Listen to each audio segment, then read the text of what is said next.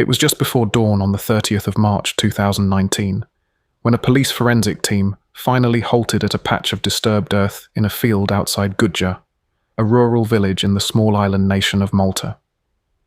Under the beam of flashlights, officers began to dig. They had been searching through the night, and now the soil gave way to the horror they had expected. 2 human bodies lay in a shallow grave, wrapped in plastic and barely recognizable. The victims were a 70-year-old mother and her 29-year-old daughter, reported missing from their home in the nearby village of Ashak just days earlier. What investigators would soon discover was that this was not the first double murder connected to this family. It was the second.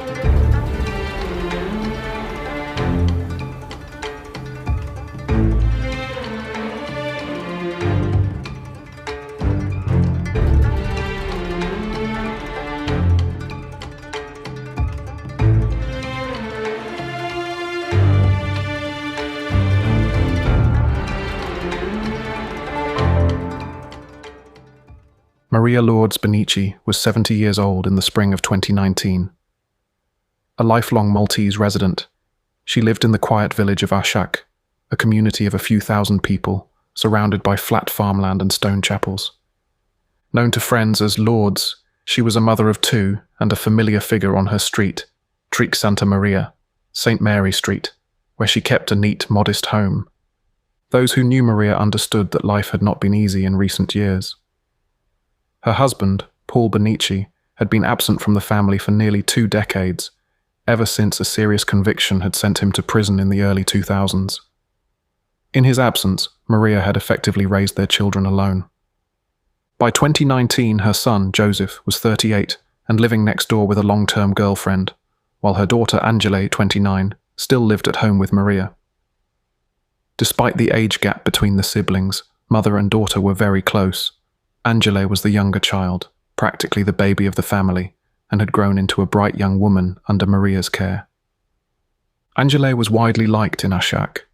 A good friend described her as very hard-working and honest. For years she had toiled in service jobs, tending bar and waiting tables, but recently she had been bettering herself through study. Angela had enrolled in accounting courses and landed a job related to finance at a local firm. It was a new start that promised more stability. Friends say she was enthusiastic about this new chapter. The once late-night bartender was now often seen dressed for an office, carrying textbooks, determined to build a career. At home, Angela remained her mother's companion and helper. With her father gone, it often fell to Angela to assist Maria with daily errands. The 2 women could be seen every Sunday attending Mass together or shopping for groceries in the town market. They shared a small red car, the same car neighbours later noticed parked in its usual spot, heightening their worries when the pair went missing. Life in the Benici household had its strains, however. Over the years, tensions had quietly been growing beneath the surface of this family. Maria Lourdes was a proud, strong-willed matriarch, and some relatives would later suggest that she could be difficult to get along with. According to one of Maria's own sisters, Maria had an overbearing streak. The aunt would even call herself her sister Maria's first victim, describing years of family friction. Maria's relationship with her son, Joseph in particular, had seen its share of conflict. She had not approved of at least one of Joseph's past girlfriends, and had made her disapproval well known. In fact, tragedy had struck Joseph's love life years before. In 2009, Joseph's then-girlfriend had taken her own life, reportedly leaving behind a message that pointed blame at Maria. In a final note addressed to Joseph, the young woman wrote that his mother could now be at peace, because she, the girlfriend, would no longer be in Joseph's life. This heartbreaking message suggested that Maria's hostility toward the relationship had been relentless. True or not, Joseph believed it. He carried the weight of that incident for years, nursing a bitter resentment toward his mother. There were also shadows lurking between the Benici siblings.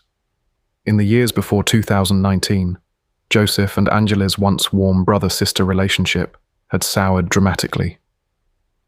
Family members and acquaintances later recounted that Angela had accused Joseph of a dreadful violation.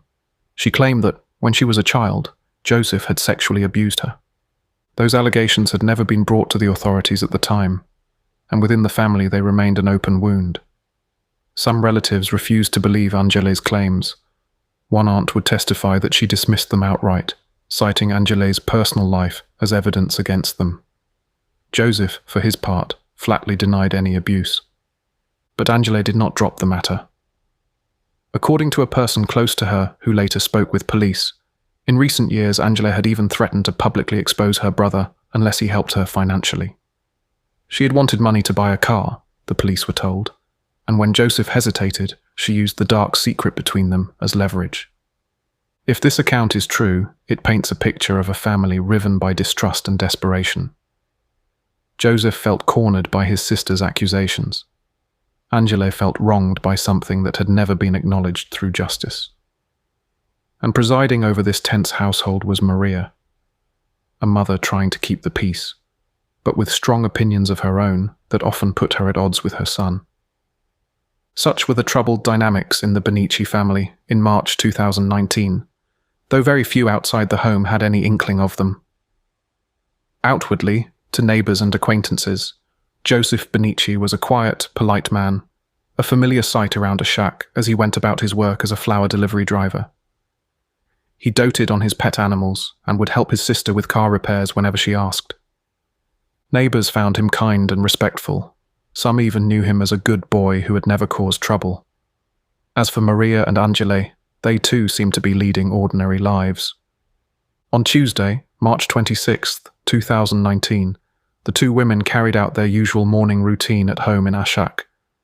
They were spotted at around 7 a.m. that day on their property, beginning what should have been a normal weekday. Unfortunately, it would be their last. By the following morning, both Maria and Angele had vanished without a trace. The alarm was raised on Wednesday, March 27th, when Maria did something completely out of character. She missed her daily phone call from prison. Ever since Paul Benici had been incarcerated years earlier, he had maintained a ritual of calling his wife at 8:30 each morning. Maria was diligent about these calls. If ever she planned not to be home to take his call, she would tell him in advance. On this Wednesday, Paul's call rang and rang, unanswered. Sitting in his cell at the Corradino Correctional Facility, Malta's main prison, Paul felt a surge of unease. He tried phoning again, still no answer. Something was wrong. From behind bars, there was little Paul could do himself, but he was determined to get help. He asked the prison authorities to contact the police on his behalf, insisting that his wife and daughter were missing, and that this was an emergency. Later that day, a senior police investigator, Inspector John Spiteri, received word that an inmate was desperate to speak with him about a disappearance. Inspector Spiteri drove out to Corradino Prison to meet Paul in person. Across the prison's visiting table, Paul laid out his fears. He explained that he always phoned Maria at the same time every morning, and that she never failed to pick up. If she hadn't answered today, it meant she hadn't been there, and Maria would never just leave home without telling him beforehand. Paul's voice was taut with concern. He asked Spiteri to please check on his wife and their daughter urgently. The veteran inspector tried to calm the imprisoned man, but he shared Paul's instinct that something was amiss. Spiteri inquired gently if there was any reason the two women might have intentionally gone off somewhere. At this, Paul mentioned one possible source of stress. Years earlier, Paul's own crimes had entangled Maria in a legal ordeal. After Paul was convicted of murdering two neighbours in 2000, the victim's family had won a civil lawsuit, and the Benicis had been ordered to pay some €80,000 in damages. That judgment had recently been finalised. Could it be, Spiteri asked, that Maria and Angele had fled Malta to avoid the debt? Paul frowned and shook his head. He doubted it. His wife and daughter wouldn't run away over money, he said, and in any case they had never even travelled abroad before. Something else must have happened. Armed with this information, Inspector Spiteri left the prison and headed straight for the Benici family's neighbourhood in Ashak. By the time he arrived, the missing persons case was already starting to unfold. Earlier that very afternoon, Maria's son Joseph had walked into the Jejtun police station, the precinct responsible for Ashak, to file an official missing persons report for his mother and sister. Joseph told the desk sergeant that he hadn't seen or heard from them since the previous day. The fact that Joseph himself had reported them missing might have seemed reassuring at first, a concerned son doing the right thing. But as officers began asking him basic questions, small red flags started to appear. Joseph's account of the circumstances was strangely convoluted and laced with an unusual theory. When Inspector Spiteri and another officer reached Joseph's home to inquire further, Joseph volunteered a hypothesis for the women's disappearance. He suggested that his mother and sister could have fled the island. He brought up the very same civil lawsuit that the police had just learned about from Paul. According to Joseph, the court's recent order to pay a hefty sum might have frightened Maria and Angele so much that they decided to leave Malta abruptly, possibly to escape financial ruin.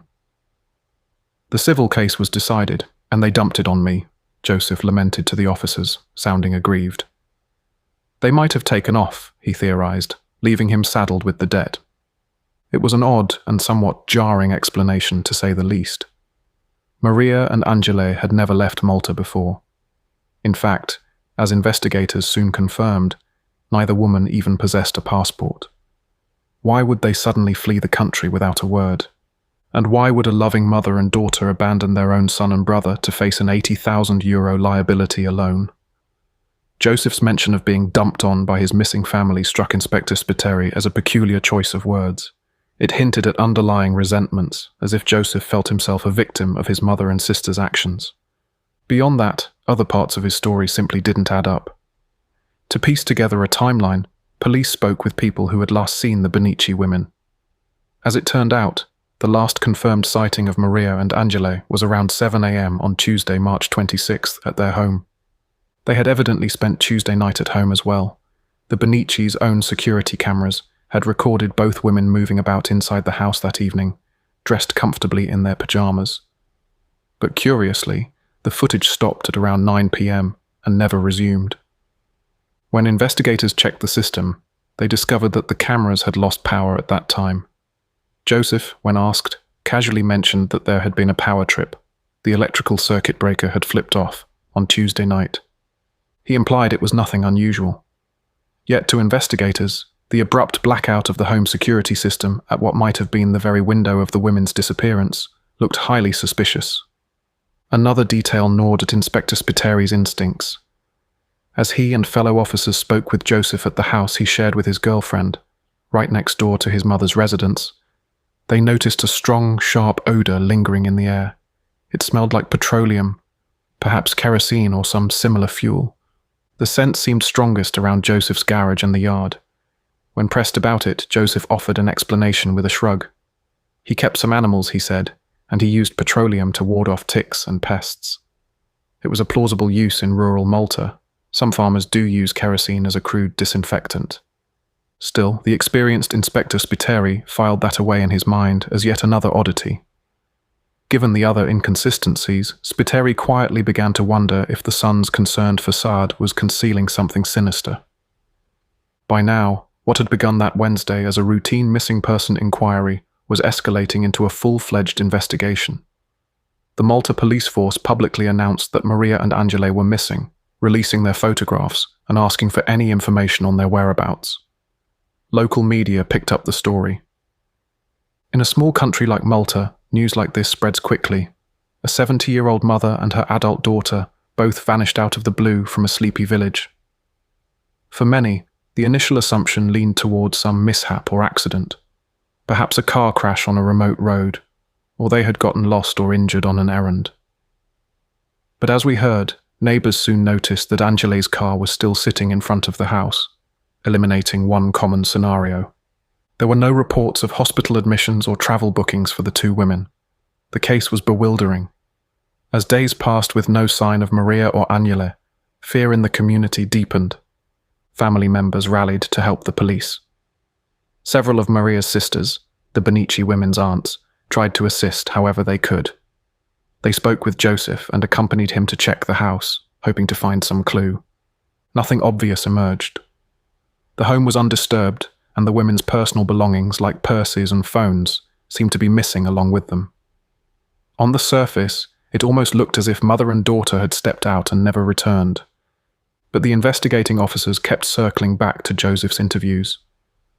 The more they gently questioned him, the more uneasy his demeanor became.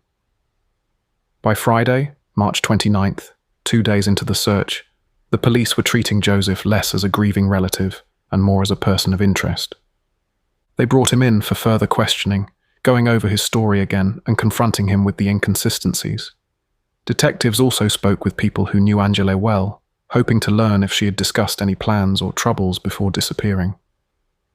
What they learned only heightened their suspicions. A close confidant of Angela confirmed to police what had been whispered within the family. Angela had alleged that Joseph sexually abused her when they were younger. In fact, this confidant revealed that Angela had been fighting with Joseph about money, and that she had threatened to expose the abuse if he didn't help her financially. This revelation cast Joseph's "they fled because of the debt" narrative in an entirely different light.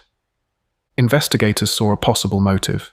If Joseph truly had abused his sister long ago and she was now intent on getting justice, or revenge, and leveraging their father's debt to pressure him, Joseph would have felt cornered and angry. It was a deeply personal, explosive family conflict, certainly more plausible as a catalyst for violence than an out-of-the-blue voluntary disappearance. As the hours ticked by on that Friday, the questioning of Joseph Benici intensified. The police by now had very little doubt that he knew far more about his mother and sister's fate than he was saying. Yet Joseph continued to play the role of the confused, concerned son, at least initially. He stuck to his story that he had no idea where they went.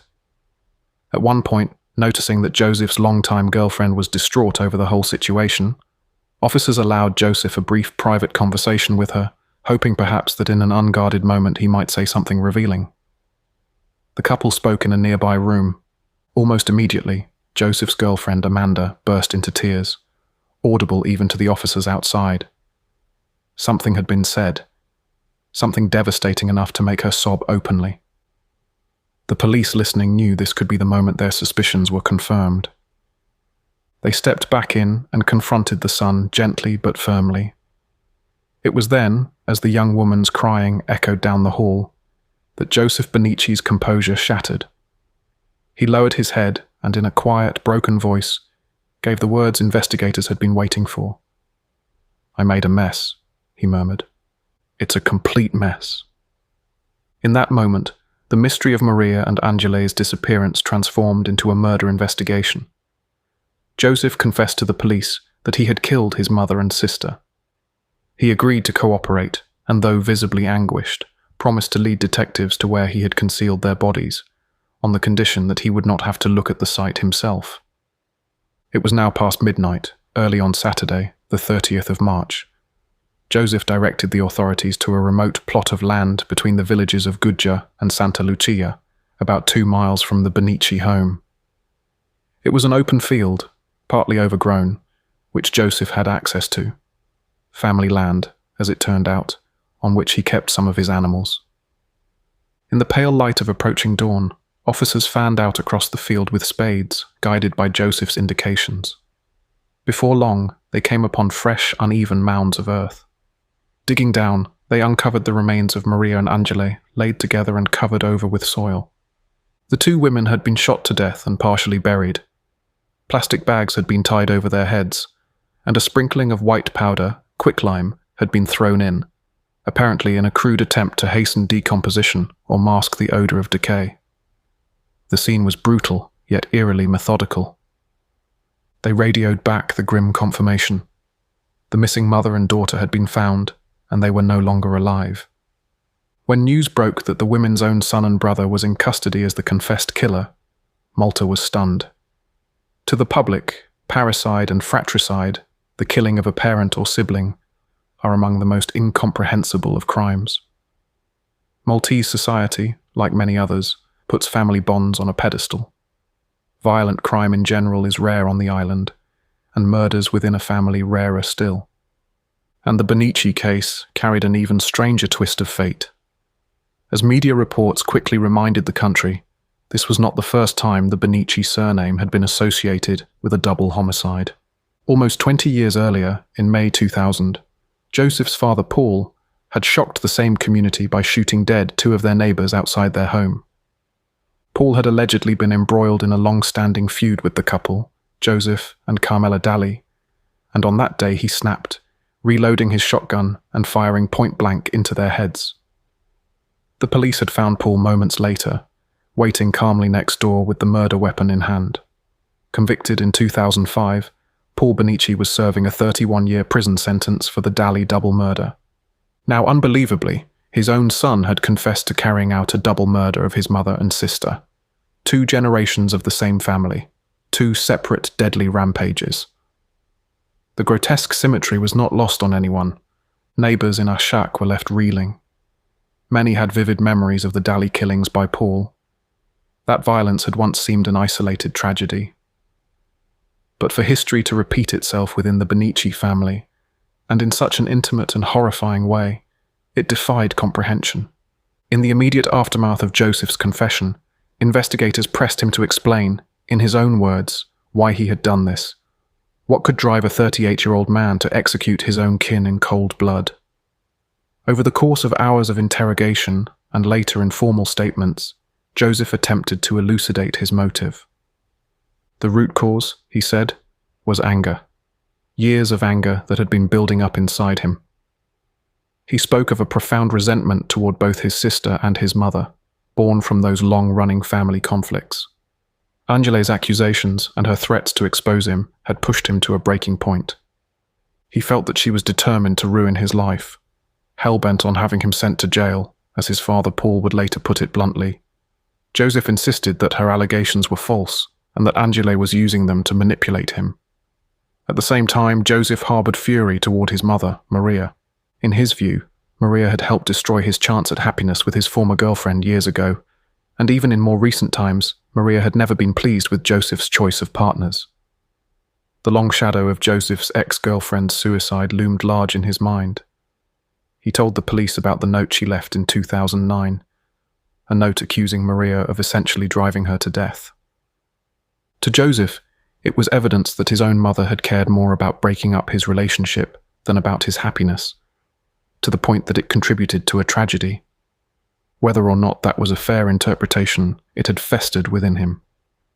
As he recounted these grievances, Joseph began to describe the meticulous way in which these dark feelings had crystallized into a murderous plan.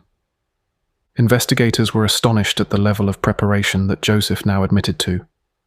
This was not a crime of passion committed in a sudden rage or under the influence of drink. It was something methodically thought out and executed step by step. Joseph explained that in the weeks leading up to the murders, he had quietly made a number of preparations. Perhaps most chillingly, he built his own firearm for the task. He did not want to use any registered gun that could be traced back to him. So in his garage workshop, Joseph fashioned a makeshift shotgun, complete with a custom-built silencer to muffle the sound of the shots. A ballistics expert would later testify that the homemade weapon was designed to fire standard 12-gauge or 16-gauge shotgun cartridges. It was lethal, if perhaps crudely engineered. Joseph also gathered tools for cleaning up after the crime. He purchased a pressure washer, anticipating that he would need to wash away blood and biological traces from the scene. He laid out large cloth sacks and rags in the garage and garden, ready to soak up any spills. And on top of all this, Joseph identified a spot on a family-owned field outside Gudja, where he intended to dispose of the bodies.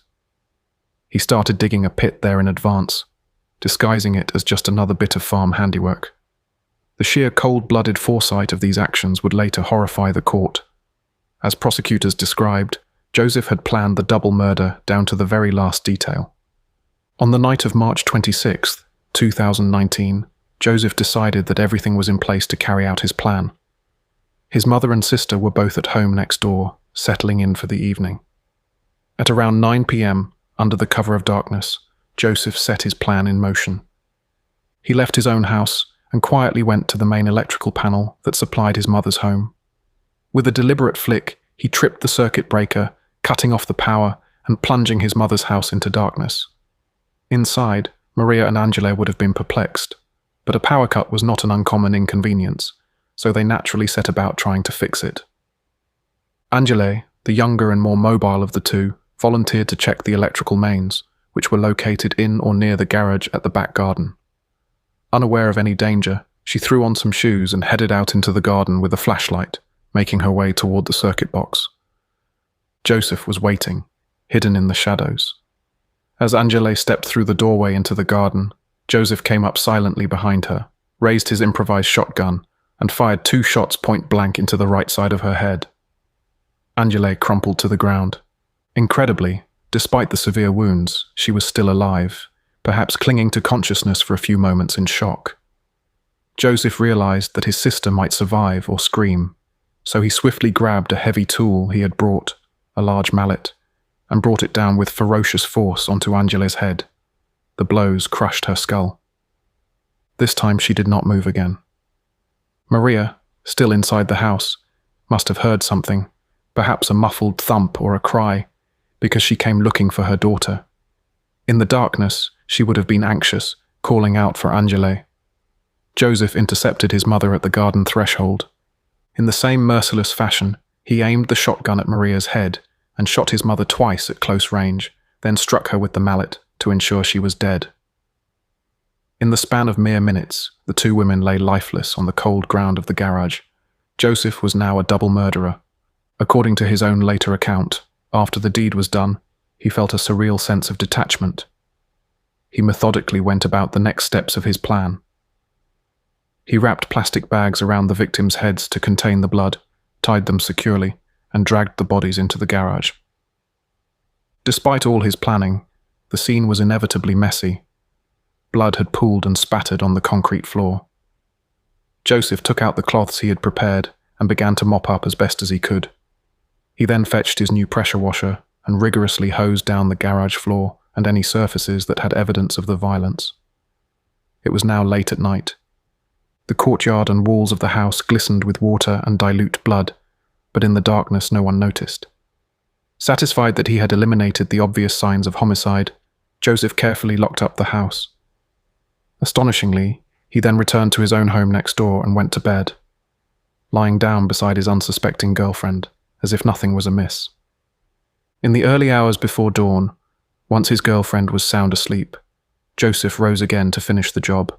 He quietly crept back into the garage, where his mother's and sister's bodies lay in silence. Using some lumber and wheels, Joseph had previously constructed a makeshift cart to transport the corpses without arousing attention. He loaded Maria and Angele onto this cart, covering them with a sheet.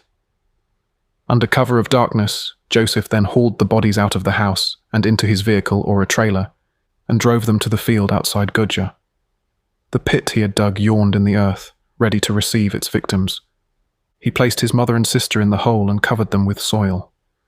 To stifle any smell that might attract animals or people, Joseph sprinkled the bodies with lime, calcium oxide, a substance that can accelerate decomposition and was likely what the police later saw as white powder at the site. With the burial complete, he made sure the ground looked as inconspicuous as possible, though in his haste, the earth remained a bit uneven. Finally, Joseph discarded any incriminating items. The mallet, still stained with blood and hair, was tossed aside. Later, he would drive it to a waste disposal site and hide it amid heaps of garbage. The homemade shotgun and silencer were dismantled.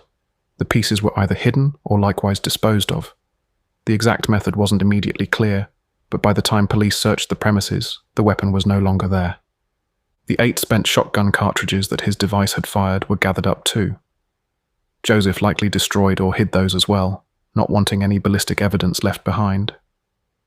By the time the sun rose on Wednesday, the Benici house in Trique Santa Maria was eerily quiet.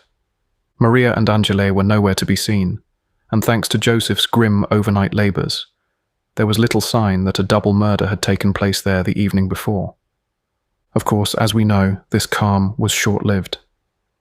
The absence of Maria and Angele set off immediate alarm bells, with Paul's missed phone call and Joseph's own staged concern.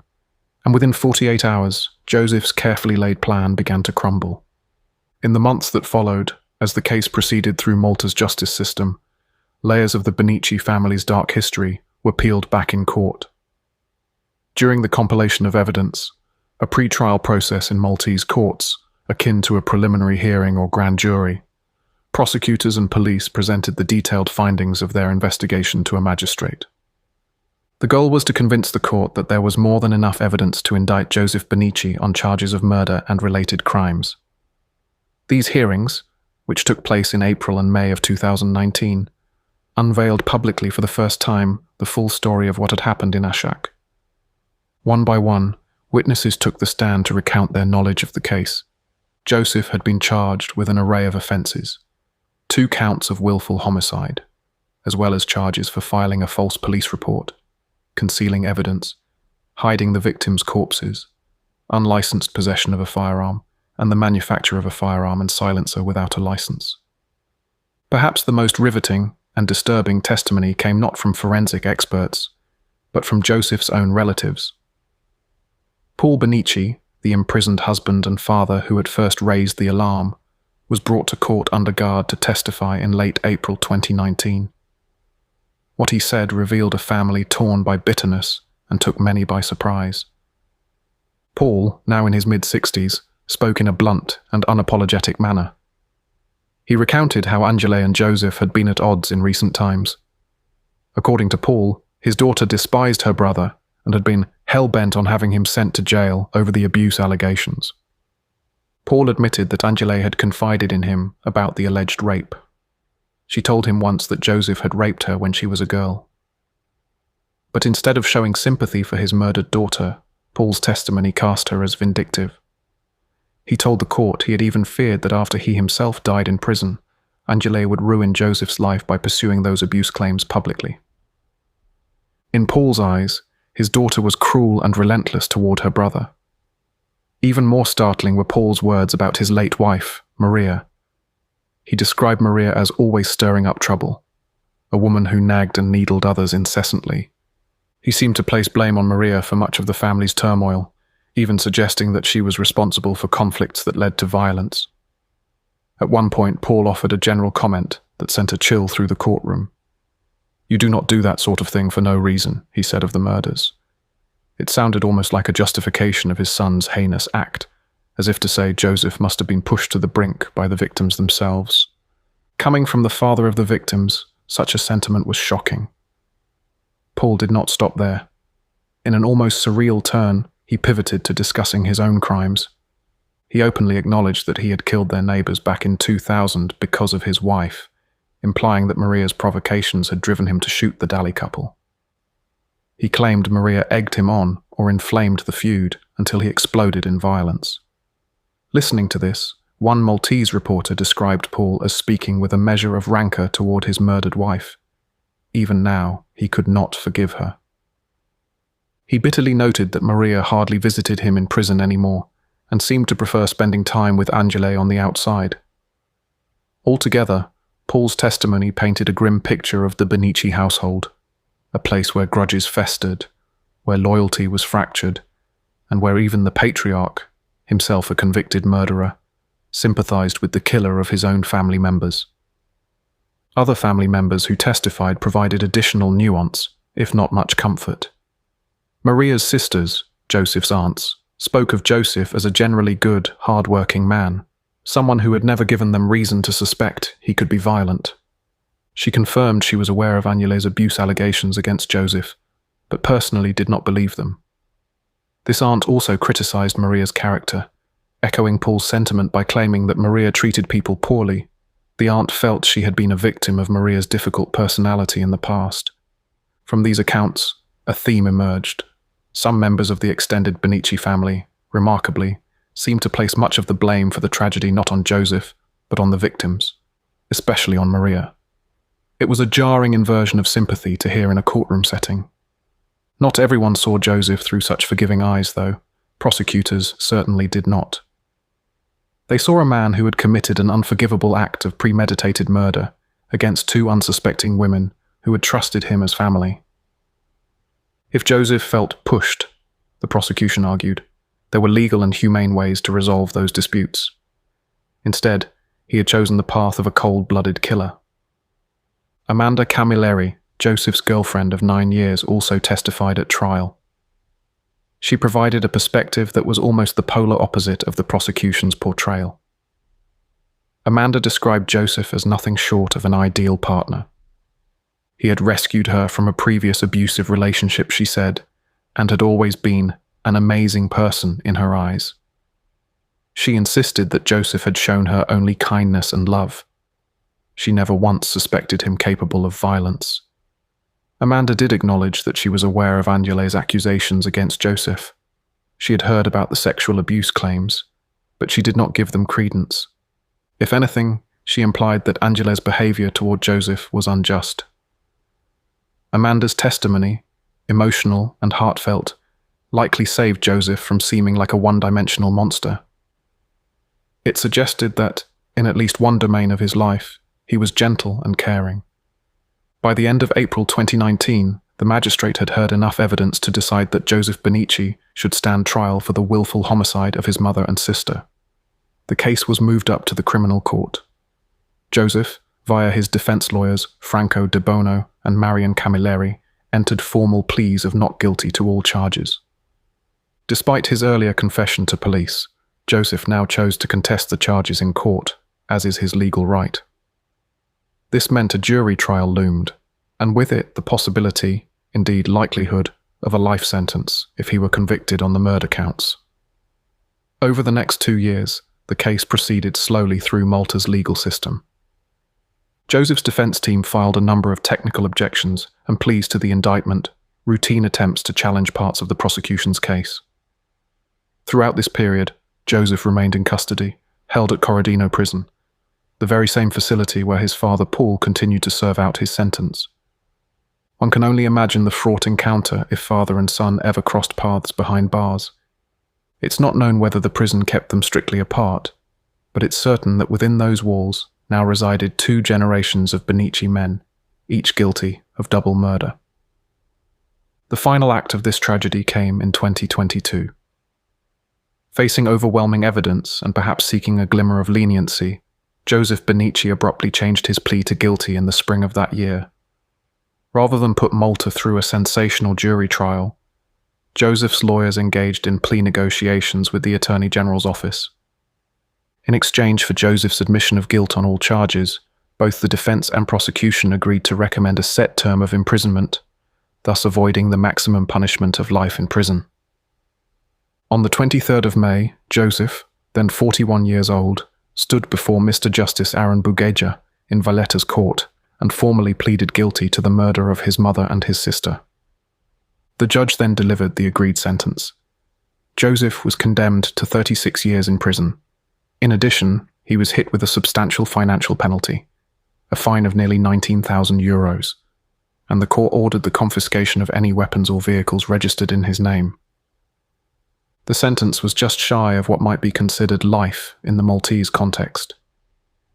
With possible credit for good behavior, Joseph could be an elderly man by the time he ever tastes freedom again. In court, he offered no dramatic apology, no lengthy explanation beyond what was already known. He simply accepted his fate quietly. Joseph's father Paul remains incarcerated at Corradino, serving out his own sentence, now joined in infamy by his son. Paul is an aging man. One day he may be released and walk free again, but he will have no wife, daughter, or son to go home to.